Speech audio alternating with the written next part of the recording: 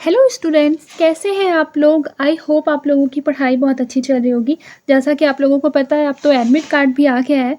तो अब आप लोगों के पास मुश्किल से 2-3 दिन है, उतना में ही आप लोगों को काफ़ी अच्छा रिवीजन करना है, जो कि बिल्कुल कम नहीं है। ठीक है, अगर आप लोगों ने साल भर बहुत अच्छे से पढ़ाई की है तो ये दिन आप लोग यूटिलाइज़ करके फिर आप लोग एग्ज़ाम के दिन बहुत ज़्यादा कॉन्फिडेंट होकर एग्ज़ाम दे सकते हैं। तो चलिए शुरू करते हैं आज की क्लास। देखिए, फर्स्ट क्वेश्चन आपको दिखाई दे रहा होगा। लिखा है कि एक कण समय की बराबर अवधि में एक वृत्ताकार पथ के गिर्द बराबर दूरी तय करता है। उसका है एक समान। बताइए, मान लीजिए कि कोई कण है। ठीक है, इसको समझते हैं। जैसे देखिए, कोई कण ए है। अब क्या कर रहा है, एक कण समय की बराबर अवधि में एक वृत्ताकार पथ में बराबर दूरी तय कर रहा है, तो उसका एक समान क्या होगा? तो उसका होगा चाल। चाल जो होगा यानी कि स्पीड। ठीक है, स्पीड क्या होगा? एक समान होगा, क्योंकि यहाँ पे लिखा ही था कि एक कण समय की बराबर अवधि में। ठीक है, तो स्पीड जो है वो एक बराबर होगा। देखिए, स्पीड क्या होता है यानी कि चाल क्या होता है? तो चाल किसी एक वस्तु के द्वारा तय की गई वो डिस्टेंस होती है कि वह कितनी तेजी से चल रही है, लेकिन इसमें दिशा का कोई मतलब नहीं होता है। यानी बोल सकते हैं कि चाल जो है वो एक तरीके से बोल सकता है उसकी कोई दिशा नहीं हो सकती है। ठीक है, और चाल का फॉर्मूला क्या होता है? आप लोगों ने पढ़ा भी होगा स्कूल में, दूरी बट्टे समय। यहाँ केवल दो चीज़ों का वैल्यू होता है चाल में, दूरी और समय का। दोनों चेंज होगा तो उस हिसाब से चाल बदलेगी। ठीक है, यानी कि कह सकते हैं जो चाल है वो अदिश राशि है।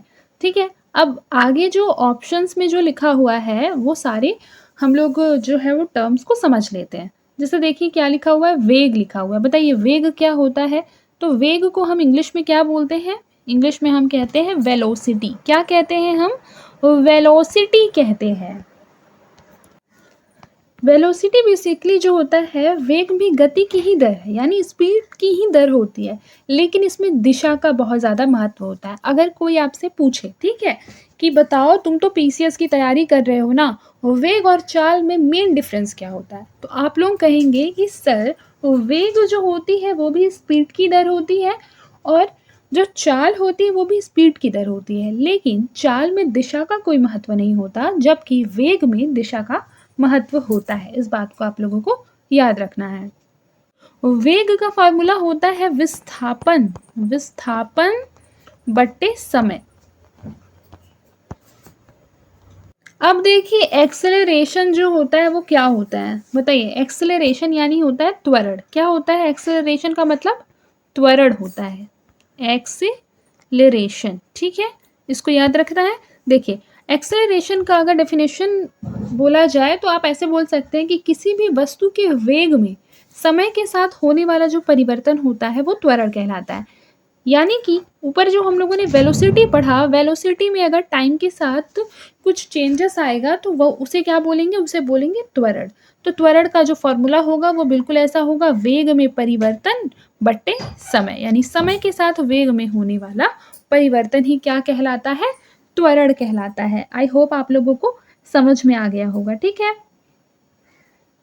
और अगर पूछे कि जो त्वरण है, त्वरण का बेसिकली ऐसा यूनिट क्या होता है? कई बार ऐसे क्वेश्चंस भी आते हैं, तो याद रखिएगा कि जो त्वरण है उसका ऐसा यूनिट होता है, क्या होता है? प्रति सेकंड। अब आगे देखिए, संवेग। संवेग जो है, जिसे इंग्लिश में मोमेंटम कहते हैं, संवेग का फॉर्मूला होता है द्रव्यमान। द्रव्यमान इंटू वेग। ठीक है, यानी संवेग जो होता है वो वस्तु की गति और द्रव्यमान का गुणनफल होता है। यह बताता है कि किसी भी वस्तु को रोकने के लिए कितनी ताकत लगेगी। संवेग क्या बताता है? कि किसी भी वस्तु को रोकने के लिए कितनी ताकत लगेगी। जैसे फॉर एग्जाम्पल, कोई एक फुटबॉल है, ठीक है, उसका द्रव्यमान दिया हुआ है 0.5 kg और उसका वेग कितना है? 10 मीटर पर सेकेंड। ठीक है, अब बताइए कि उसका संवेग क्या होगा, यानी उस फुटबॉल को रोकने में कितनी ताकत का यूज होगा। तो अब आप लोगों को तो पता है कि संवेग का फॉर्मूला होता है द्रव्यमान इंटू वेग, तो दोनों को मल्टीप्लाई कर दीजिए। ठीक है, देखिए एसआई यूनिट एक बार सबका देख लीजिए, ठीक है? मुझे लगता है त्वरण का एसआई यूनिट मैंने बेसिकली गलत बता दिया था, पर सेकंड बताया था, नहीं। मीटर पर सेकंड का स्क्वायर होगा त्वरण का, ठीक है? वेग और चाल का सेम होगा, मीटर पर सेकंड, चाल का भी होगा मीटर पर सेकंड, और संवेग का क्या होगा बताइए? संवेग का आप लोग मुझे बताएँगे, कमेंट बॉक्स में बताएँगे, ठीक है? आगे देखिए, वृत्ताकार पथ के चारों ओर पिंड की गति किसका एग्जाम्पल है? तो याद रखिएगा, वृत्ताकार पथ के चारों ओर जो पिंड की गति है वो एग्जाम्पल है समान चाल और परिवर्ती वेग का। किसका? समान चाल और परिवर्ती वेग का। आगे देखिए, फ्रिक्शन कोड और रिपोज कोड निम्नलिखित में से किस रूप में होता है? तो याद रखिएगा, फ्रिक्शन कोड और रिपोज कोड निम्नलिखित में से किस रूप में होता है बताइए? याद रखिएगा, एक दूसरे के समान, ऑप्शन नंबर ए। आगे देखिए, इनमें से कौन ऊर्जा की एक इकाई नहीं है? ऊर्जा की इकाई नहीं है किलोग्राम मीटर पर सेकंड, क्योंकि देखिए ऊर्जा की इकाई होती है जूल, हम लोगों ने पढ़ा है, वॉट सेकंड होता है, न्यूटन मीटर भी होता है, लेकिन किलोग्राम मीटर पर सेकंड नहीं होता है। इस बात को याद रखना है। देखिए वन मोर थिंग कि ऊर्जा की 3 इम्पॉर्टेंट इकाई है, ठीक है?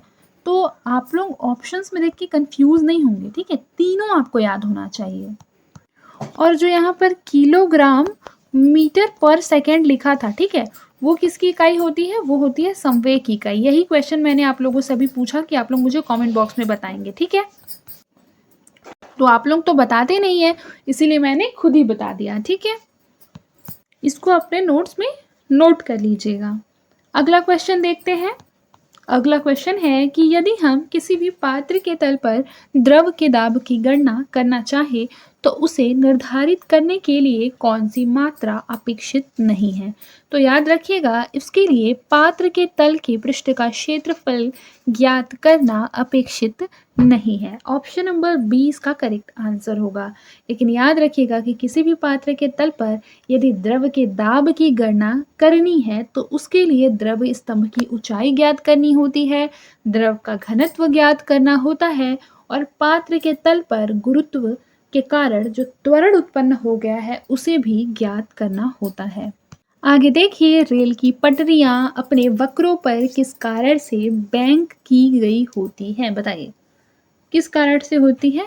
देखिए, रेलगाड़ी के भार के क्षैतिज घटक से आवश्यक अभिकेंद्री बल प्राप्त किया जाता है। इस वजह से रेल की जो पटरियां हैं अपने वक्रों पर थोड़ी सी बैंड की गई होती है।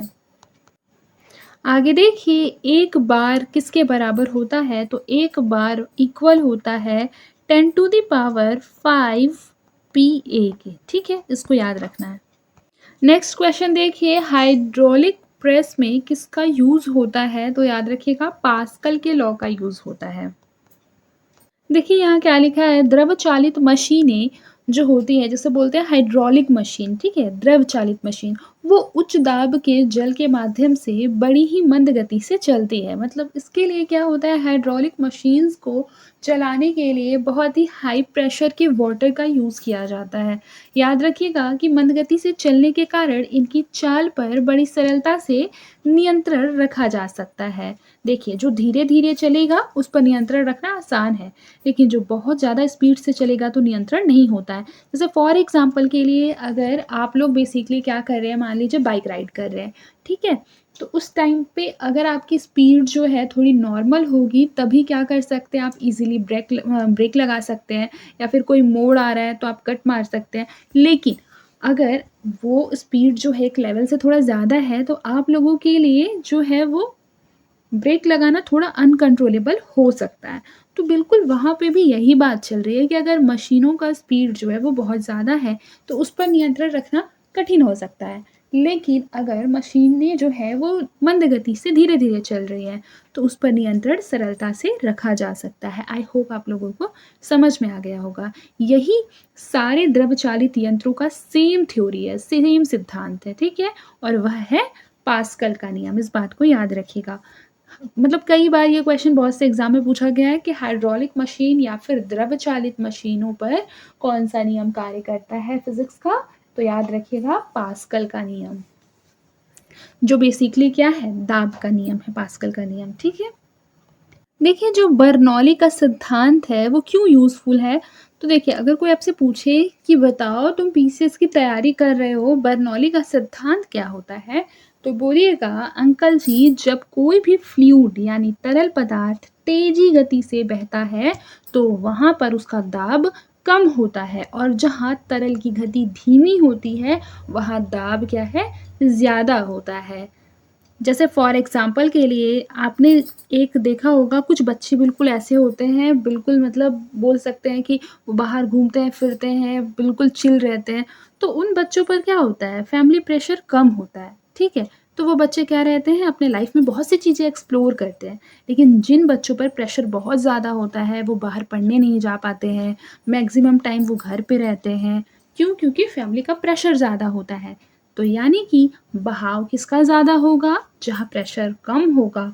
बहाव किस पर जो है वो बहाव किसकी धीमी होगी? तो जहाँ पर प्रेशर ज़्यादा होगा। इतना आप लोगों को याद रखना है। मैंने इसको घर वाले एग्ज़ाम्पल से इसलिए जोड़कर बताया है ताकि कभी भी अगर ऐसा आया आप लोग कन्फ्यूज़ हो तो आप लोगों को याद आ जाए कि मैम ने क्या बोला था। जो लोग जल्दी से बाहर वगैरह घूमेंगे फिरेंगे, फ्री रहेंगे बेसिकली, ठीक है? इसका मेन जो आप लोग सेंस निकालेंगे वो फ्री रहने पर है। तो जो ज़्यादा फ्रीली घूमेगा मतलब कि उसके घर से क्या है, प्रेशर कम है, उसको कॉल्स कम आएँगे। लेकिन जिसके घर में प्रेशर बहुत ज़्यादा है, अगर वो एक दिन भी बाहर निकल गया मंथ में तो उसको बहुत से कॉल्स आएँगे कि कहाँ हो, कहाँ हो? तो आई होप आप लोग समझ रहे होंगे। अब देखिए, हम लोग पढ़ते हैं आर्किमिडीज़ का सिद्धांत। क्या पढ़ेंगे हम लोग? आर्किमिडीज़ का सिद्धांत। आप लोगों ने बचपन में पढ़ा भी होगा 8th-9th में, ठीक है? देखिए, इसमें क्या होता है कि जब कोई भी वस्तु किसी भी तरल में, जैसे मान लीजिए पानी में, पूरी या आधी डूबी हुई होती है, तो वह तरल उस वस्तु को एक बल लगाता है। यानी कि बोल सकते हैं जो वाटर इस बोल में भरा हुआ है, अगर इस पर एक क्या डालें हम, मान लीजिए एक बॉल ही डाल रहे हैं, तो ये जो वाटर है, आप लोगों ने देखा होगा कि इसको एक एग्जांपल से समझिए। जैसे एक फुटबॉल है, ठीक है? फुटबॉल को क्या कर रहे हैं ना आप लोग, एक टंकी में, एक पानी में बेसिकली क्या कर रहे हैं, प्रेस कर रहे हैं, उसको दबा रहे हैं ऊपर से। तो आप लोगों को लगेगा कि ये पानी, मतलब ये जो बॉल है वो इतना ईज़िली तो पानी में नहीं जा रहा है। यानी कि जो वाटर है वो क्या कर रहा है, ऊपर की तरफ एक फ़ोर्स लगा रहा है। क्या कर रहा है पानी? फ़ोर्स लगा रहा है। तो ये फ़ोर्स लगने की वजह से ये बॉल क्या हो जाएगा, थोड़ा ऊपर की ओर उठेगा। तो यह बल क्या होगा, उस तरल के भार के बराबर होता है जितना तरल वस्तु ने स्थापित किया है। मतलब कि जितना, जो बॉल का भार कितना होगा, जितना यहाँ से पानी क्या है, विस्थापित होगी। जैसे आप बॉल डालेंगे तो थोड़ा-सा पानी जो है वो साइड जगह लेगा, तभी तो बॉल वहाँ पर घुसेगा ना। तो बिल्कुल वैसे ही, तो वही कह रहा है कि यह जो बल होगा, ये फ़ोर्स, उस तरल के भार के बराबर फ़ोर्स हमने लगाया, जितना कि जो तरल है वो वस्तु ने स्थापित कर दिया। यानी जितना पानी उस बॉल ने विस्थापित किया, उतना ही बल जो पानी है उसने बॉल पर लगाया। आई होप कि आप लोग समझ में आ गया होगा आप लोगों को, ठीक है? देखिए, आप लोगों ने जब ये पढ़ा होगा अपने स्कूल में, तो आप लोगों को टीचर ने बताया होगा आर्किमिडीज़ की एक स्टोरी, कि जब आर्किमिडीज़ जो है वो नहाने एक टब में गए, ठीक है? तब उन्होंने क्या देखा? उन्होंने देखा कि जैसे ही वे पानी में उतरे, पानी क्या होने लगा? छलकने लगा। उन्होंने समझा कि उनके शरीर ने पानी को विस्थापित कर दिया है। उसी क्षण उन्होंने क्या बोला? Eureka, eureka! यानी कि उन्होंने क्या कर लिया, पा लिया अपना जो सिद्धांत था वो, कि जब वो पानी में डूबेंगे तो जो पानी वहाँ पर था वो क्या हो जाएगा, विस्थापित हो जाएगा। अब देखिए, अब आप लोगों को बॉयल का नियम दिखाई देगा। बॉयल का नियम क्या होता है बताइए? तो जब किसी गैस का जो टेम्परेचर है और द्रव्यमान वो दोनों स्थिर रखा जाता है, तो गैस का जो दाब है यानी प्रेशर, सॉरी, देखिए मैं कहाँ पर थी? मैंने बताया बॉयल का नियम में कि जब भी किसी गैस का जो टेम्परेचर होता है और उसका जो मास है यानी द्रव्यमान स्थिर रखा जाता है, तो गैस का जो प्रेशर है और आयतन वे एक दूसरे के विपरीत हो जाते हैं। जैसे कि अगर इसको आप एग्जाम्पल से समझें, तो अगर टेम्परेचर को क्या रखना है, हम लोगों को स्थिर रखना है, तो प्रेशर क्या हो जाएगा, व्युत्क्रमानुपाती हो जाएगा आयतन के। याद रखिएगा, किसको स्थिर रखना है? टेम्परेचर को स्थिर रखना है। ठीक है, इस बात को आप लोगों को याद रखना है। आप लोगों ने ये वाला फॉर्मूला भी पढ़ा होगा, P1 is equal to V1 is equal to P1 V1 is equal to P2 V2। अगर बॉयल का नियम आप लोग थोड़ा आसान भाषा में समझे तो आप लोगों ने देखा होगा कि जब आप किसी गैस को दबाते हो तो उसका आकार क्या होता है? घटता है। जैसे आप लोगों ने क्या किया, एक गुब्बारा लिया, ठीक है, आप लोगों ने गुब्बारा लिया और इसको आप लोगों ने प्रेस किया तो आप लोग देखेंगे कि ये गुब्बारा जो है वो अपने आकार से छोटा होता है, यानी कि उसका जो आयतन है, वॉल्यूम, वो क्या हो जाता है? कम हो जाता है। और अगर आप गैस को और फैलाते हो, मान लीजिए आपने गुब्बारा दिया, आप इसको यहाँ से और फुला रहे हो तो ये फैलते जाएगा, इसका जो आयतन है वो बढ़ते जाएगा। ठीक है, तो यही बॉयल का नियम है। जैसे फॉर एग्जाम्पल के लिए अगर इसका एग्जाम्पल आप समझे तो साइकिल पंप आप लोगों ने देखा होगा, जब आप पंप को दबाएंगे तो हवा बेसिकली क्या होगा, जब आप बहुत ज़्यादा पंप को दबाएंगे और हवा भरेंगे तो साइकिल की जो टायर है वो फूलेगी, ठीक है, दबाव बढ़ने से। और अगर निकाल देंगे तो हवा को, टायर पिचक जाएगी। अब आगे देखिए, द्रव चालित मशीनें किस सिद्धांत से काम करती है? ऊपर ही मैंने पढ़ाया था, पास्कल का नियम। फिर देखिए लिखा है, गतिमान न्यूट्रॉन एक स्थिर अल्फा कण से टकराता है और न्यूट्रॉन के द्वारा लुप्त गतिज ऊर्जा का भिन्न क्या होगा? ये होगा 16/25। ये तो काफ़ी ब्लर हो गया, बट मैं एक बार पढ़ के बता देती हूँ। एक परमाणु के अंदर एक इलेक्ट्रॉन की संपूर्ण ऊर्जा क्या होती है? 0 से कम। याद रखिएगा, किसी भी परमाणु के अंदर इलेक्ट्रॉन की ऊर्जा 0 से कम होती है। आगे देखिए, निम्न कण एक ही गतिज ऊर्जा के साथ चल रहे हैं, उनमें से सबसे अधिक संवेग किसका है? इलेक्ट्रॉन का, फोटॉन का, न्यूट्रॉन का या अल्फा कण का? तो सबसे ज़्यादा संवेग अल्फा कण का होता है, इस बात को भी आप लोगों को याद रखना है। आगे देखिए, दृढ़तांक निम्नलिखित में से किसका अनुपात है? तो दृढ़तांक जो है वो अपरूपण प्रतिबल के साथ अपरूपण विकृति का अनुपात है, ऑप्शन नंबर सी। देखिए यहाँ क्या लिखा है, अपरूपण प्रतिबल और अपरूपण विकृति के अनुपात को प्रत्यास्थता गुणांक कहते हैं। यदि विकृति लंबाई में हुई है तो प्रत्यास्थता गुणांक को यंग मापांक तथा अपरूपण विकृति के लिए इस गुणांक को दृढ़ता गुणांक यानी मॉड्यूलस ऑफ रिजिडिटी कहते हैं। आगे देखिए, गुरुत्व की क्रिया के अंतर्गत मुक्त रूप से गिर रही वस्तु का जो भार है वो क्या होता है? ये बहुत इंपॉर्टेंट क्वेश्चन है, ठीक है, इसको इंपॉर्टेंट मार्क कर लीजिए। याद रखिएगा, कोई वस्तु जो है वो मुक्त रूप से गिर रही है, ठीक है, तो उस वस्तु का भार क्या होगा? गुरुत्व क्रिया के अंतर्गत 0 होगा। मान लीजिए आप लोगों के एग्जाम में यही क्वेश्चन आ गया, आने वाले एग्जाम में, तो आप लोग कैसे सॉल्व करेंगे? क्या लिखा है, एक गोली टकराती है और एक अनुप्रस्थ घर्षणहीन मेज पर पड़े एक ठोस ब्लॉक में धंस जाती है। इस प्रक्रिया में कौन सी राशि जो है वो सुरक्षित रहती है? संवेग और गतिज ऊर्जा, केवल संवेग, केवल गतिज ऊर्जा या संवेग न ही गतिज ऊर्जा? तो याद रखिएगा, केवल संवेग। क्यों? क्योंकि संवेग संरक्षण के सिद्धांत के अनुसार किसी भी निकाय का प्रारंभिक एवं अंतिम संवेग सदैव समान रहता है, यानी कि केवल संवेग ही क्या रहेगा? सुरक्षित रहेगा। अगर आप लोगों को ये लाइन की डेफिनेशन ही नहीं पता रहेगी कि संवेग संरक्षण का सिद्धांत कहता क्या है, तो आप लोग इस क्वेश्चन को कभी सॉल्व नहीं कर पाएंगे। तो इसलिए हम लोगों को संवेग संरक्षण का सिद्धांत जो है वो क्या करना है, अभी अपने कॉपी में नोट कर लेना है, ठीक है, ताकि इसी तरीके के क्वेश्चन जो है वो चेंज होकर भी आए। तो अगर आप लोगों को पता होगा संवेग संरक्षण का सिद्धांत, तो आप लोग इस क्वेश्चन को क्या कर लेंगे? सॉल्व कर लेंगे। आगे देखिए, एक मकान की छत से भूमि की ओर एक पत्थर गिराया जाता है, उस पत्थर की गतिज ऊर्जा अधिकतम कब होगी? बताइए, कब होगी अधिकतम? देखिए, उसकी गतिज ऊर्जा जो है वो सबसे ज़्यादा तब होगी जब भूमि पर वह पहुंचेगा, उससे क्या होगी? ठीक पहले वो बहुत ज़्यादा उसकी ऊर्जा होगी। आगे देखिए, रॉकेट की गति पर निम्नलिखित में से कौन सा संरक्षण सिद्धांत लागू होता है? ये हो जाएगा संवेग संरक्षण का सिद्धांत, ठीक है। मैंने इसको आप लोगों को पहले भी बताया था कि कई बार संवेग संरक्षण का सिद्धांत होगा और कई बार क्या रहता है? न्यूटन का थर्ड लॉ। तो जहाँ न्यूटन का थर्ड लॉ होगा वहाँ जनरली संवेग संरक्षण का सिद्धांत नहीं होगा। तो ये दोनों ही इसका करेक्ट आंसर होता है। आगे देखिए, संवेग किसके संरक्षण के नियम के सिद्धांत पर कार्य करता है? तो ये हो जाएगा रैखिक संवेग, ऑप्शन नंबर सी। देखिए यहाँ पर क्या लिखा है, निम्नलिखित में से क्या रैखिक बल के संरक्षण के आधार पर कार्य करता है? तो जेट और रॉकेट दोनों ही हो सकता है, ठीक है।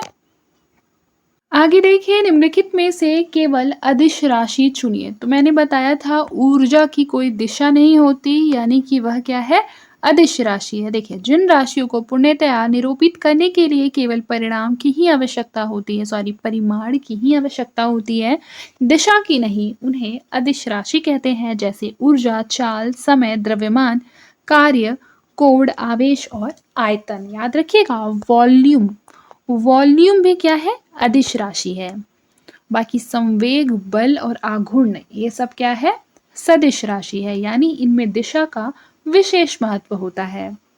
आगे देखिए, पेंडुलम को चंद्रमा पर ले जाने पर उसकी समय अवधि क्या हो जाएगी, बढ़ेगी। याद रखिएगा, अगर पेंडुलम को हम लोग चंद्रमा पर ले जाएंगे तो उसकी क्या होगी, समय अवधि बढ़ेगी। ये भी बहुत इंपॉर्टेंट क्वेश्चन है, इसको इंपॉर्टेंट मार्क कर लीजिए।